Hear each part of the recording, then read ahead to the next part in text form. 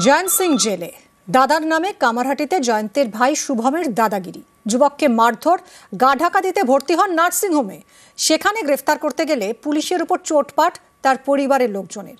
শেষমেশ পুলিশের জালে।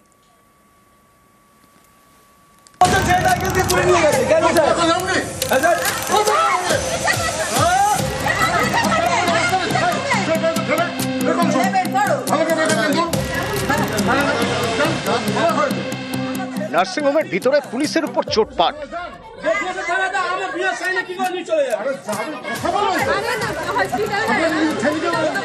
বেলঘড়িয়া থানার ডিউটি অফিসারের সঙ্গে হম্বিতম্বি।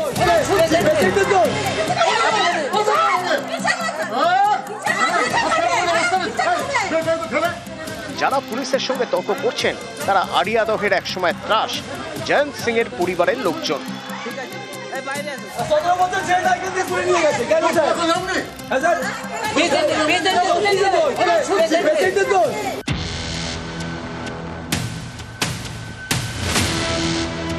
জয়ন্ত সিং জেলে। জয়ন্তের নামে যাতে সবাই এখনো ভয় পায় সেই লক্ষ্যে মস্তানি চালিয়ে যাচ্ছে তার ভাই। গত মঙ্গলবার আড়িয়াদহের স্থানীয় এক যুবককে বেধড়ক মারধর করেন জয়ন্তের ভাই শুভম। মারধর করে গা ঢাকা। কোথায় গা ঢাকা জানেন? বেলঘড়িয়ার একটি নার্সিংহোমে।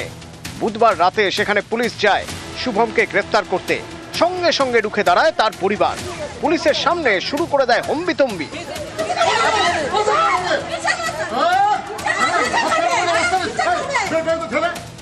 শেষমেশ নার্সিংহোম থেকে এই জয়ন্তের ভাই শুভমকে গ্রেফতার করে পুলিশ।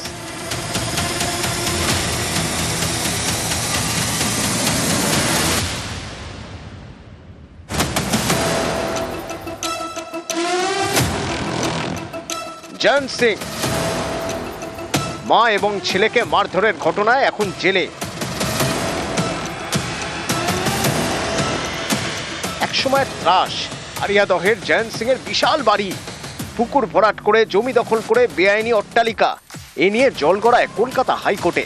কামারহাটি পুরসভাকে বাড়ি ভাঙার নির্দেশ দেয় আদালত, কিন্তু আজও সেই বাড়ি ভাঙেনি পুরসভা।